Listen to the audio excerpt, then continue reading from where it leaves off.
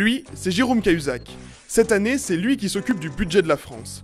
Dans un budget, quand il y a plus de dépenses que de recettes, il y a du déficit. Et notre dette, c'est le déficit cumulé depuis 30 ans.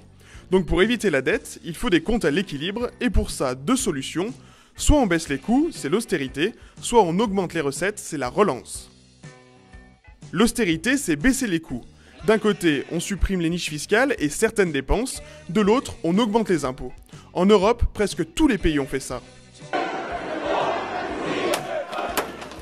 Le problème, c'est qu'en plus du mécontentement, l'austérité tue la croissance, et la croissance, c'est de l'argent. C'est d'ailleurs là-dessus qu'est basée l'idée de la relance. On paye pour relancer la croissance, comme ça on espère mettre plus d'argent dans les caisses. L'idée ne convainc pas toujours parce que dans un premier temps, elle creuse encore plus les déficits, et la solution n'a jamais vraiment été utilisée pour la dette, mais on commence à y penser. L'Europe n'est qu'une somme de plans de rigueur et d'austérité. Si l'Europe n'est pas capable d'avoir une politique de croissance, ça vaut pas simplement pour la France, alors nous n'atteindrons même pas les objectifs de réduction du déficit. En France, on pense que la réponse à la crise de la dette se trouve probablement entre l'austérité et la relance. C'est la conclusion à laquelle arrive le gouvernement français.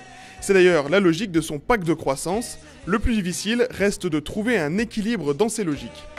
Merci, Monsieur le Président.